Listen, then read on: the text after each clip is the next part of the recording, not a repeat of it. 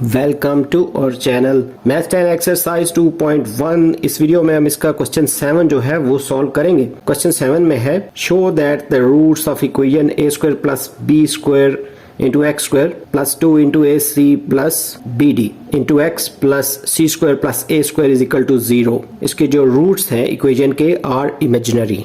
उसके बाद moreover it shows repeated roots if a d is equal to b c, यानी दो part हैं। तो पहले पार्ट में ये प्रूव करके दिखाना है कि इसके रूट्स जो हैं वो इमेजिनरी हैं। क्वेश्चन को सॉल्व करते हैं। इस क्वेश्चन में ये जो इक्वेशन गिवन है ऑलरेडी, इसमें ये जो है A square plus B square X square के साथ जो भी टर्म है ये ए की वैल्यू है। इसी तरह एक्स के साथ ये जो सारी टर्म है ये बी की वैल्यू है, और ये जो लास्ट वाली वैल्यू है इसमें क्योंकि एक्स नहीं है तो ये सी की वैल्यू है। डिस्क्रिमिनेंट का फार्मूला लिख के इसमें वैल्यूज पुट इन करेंगे तो यहाँ पे ये जो बी स्क्वायर है इसकी जगह ये जो सारी वैल्यू है b की ये पुट कर देंगे और इस सारी वैल्यू का स्क्वायर ले लेंगे।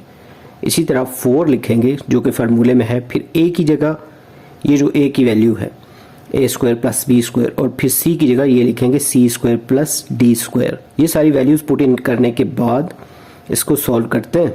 अब यहाँ पे ये जो फर्स्ट टर्म है इसमें पहले 2 का स्क्वायर तो 4 आ जाएगा, और ये जो टर्म है a प्लस b का होल स्क्वायर, तो इसका फार्मूला ओपन कर लेते हैं। यहाँ पे पहले आएगा a c का स्क्वायर यानी ए स्क्वायर प्लस 2ab, ए की जगह तो ए सी लिख लेंगे और बी की जगह बी डी लिख लेंगे प्लस बी डी का स्क्वायर। ये जो लिखा है ये ए स्क्वायर है, ये plus 2ab plus B square, ये इसका फार्मूला ओपन किया है। फिर -4 लिखेंगे और इन दोनों टर्म्स को आपस में मल्टीप्लाई कर देंगे।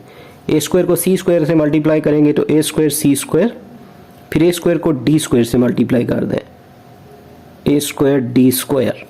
उसके बाद बी स्क्वायर को सी स्क्वायर से करेंगे और लास्ट में बी स्क्वायर को डी स्क्वायर से।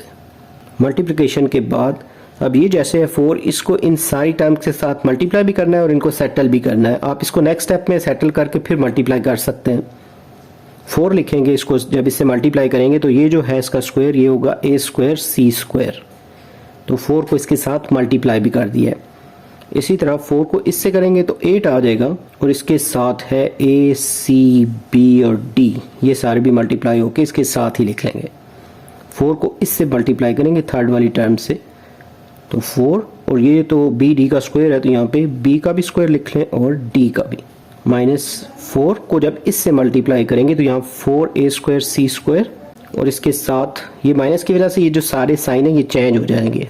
4a स्क्वायर डी स्क्वायर, इसी तरह 4b स्क्वायर सी स्क्वायर, फिर -4b स्क्वायर डी स्क्वायर।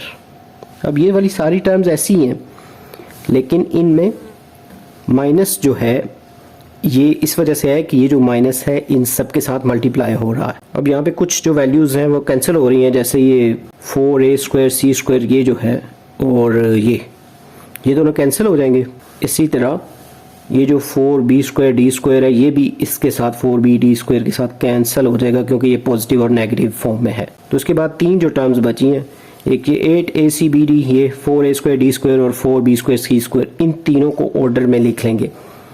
पहले लिखेंगे 4a स्क्वायर डी स्क्वायर ये वाली जो टर्म है, फिर -4b स्क्वायर सी स्क्वायर, उसके बाद ये जो लास्ट है प्लस 8a सी बी और डी। अब ये जो सारी टर्म्स हैं इनमें से माइनस कॉमन ले लेते हैं, तो कॉमन लेने के बाद यहाँ आ जाएगा 4a स्क्वायर डी स्क्वायर, उसके बाद यहाँ ये साइन चेंज होकर प्लस हो जाएगा 4b स्क्वायर सी स्क्वायर, और ये चेंज होकर माइनस हो जाएगा यहाँ पे 8acbd आएगा। उसके बाद ये जो है ये a square plus b square minus 2ab का फार्मूला है, तो उसको उस फॉर्म में पहले लिख लेंगे। जैसे ये टर्म है पहली वाली तो ये 2ad का स्क्वायर है, और ये जो है ये 2bc का स्क्वायर है। फिर यहाँ -2 इंटू ये a की जगह 2ad और b की जगह पे 2bc। ये वैसे यहाँ पे ये वाला a स्क्वायर है प्लस ये जो है ये b स्क्वायर है माइनस ये 2, ये a और ये b, यानी a square plus b square minus 2ab, तो ये a माइनस b का होल स्क्वायर होता है, तो उस फॉर्म में इसको लिख लेंगे, यानी 2ad माइनस ये जो b है मतलब 2bc, इस सारे का जो स्क्वायर है। लेकिन इसके स्टार्ट में ये जो माइनस है तो यहाँ पे वैल्यू जो मर्जी आ जाए, तो इसका आंसर माइनस होने की वजह से लेस देन 0 होगा। और अगर डिस्क्रिमिनेंट लेस देन 0 हो तो रूट्स जो होते हैं ना वो इमेजिनरी होंगे, रूट्स आर इमेजिनरी।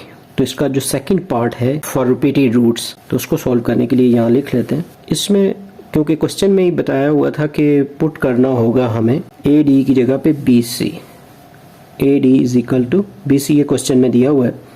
तो ये जो हमारा आंसर है इसमें ए डी की जगह पे हम बी सी पुट कर लेते हैं। तो 2 तो एज इट इज़ लिख लेंगे और ए डी की जगह बी सी पुट कर लेते हैं यहाँ पे, माइनस ये 2BC ऐसे ही है। तो यहाँ पे ये 2BC और ये 2BC ये कैंसिल हो जाएंगे, दोनों कैंसिल होने के बाद यहाँ पे इसका आंसर 0 आ जाएगा। और अगर डिस्क्रिमिनेंट 0 हो तो रूट्स आर रिपीटेड होते हैं, लिखेंगे रूट्स आर रिपीटेड। इसका मतलब ये है कि जब उसकी जो दोनों वैल्यूज़ हैं वो सेम ही आ जाती हैं जब आप इसको क्वाड्रेटिक फार्मूले के थ्रू सॉल्व करते हैं, यानी प्लस भी 0 कर लें बेशक माइनस भी 0 कर लें तो आंसर सेम आते रहेंगे। तो इसलिए इसको लिखेंगे रूट्स आर रिपीटेड। तो यहाँ पे हमारा जो क्वेश्चन 7 है ये कंप्लीट हो गया। उम्मीद है आपको ये क्वेश्चन अच्छे से समझ आ गया होगा। जल्द न्यू वीडियो में नए लेक्चर के साथ मिलेंगे। Have a nice time.